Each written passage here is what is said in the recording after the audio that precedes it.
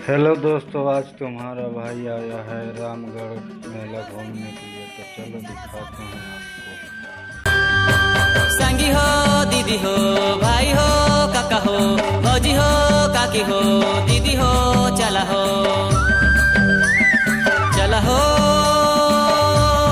संगी गा रामगढ़ के मेला जाबो।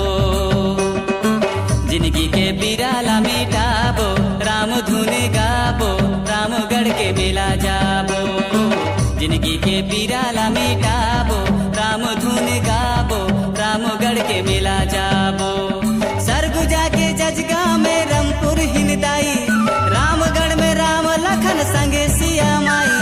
राम भजो भाई, गोविंद भजो भाई, रामगढ़ के मेला जाबो। सबके दर्शन पाबो, रामगढ़ के मेला जाबो।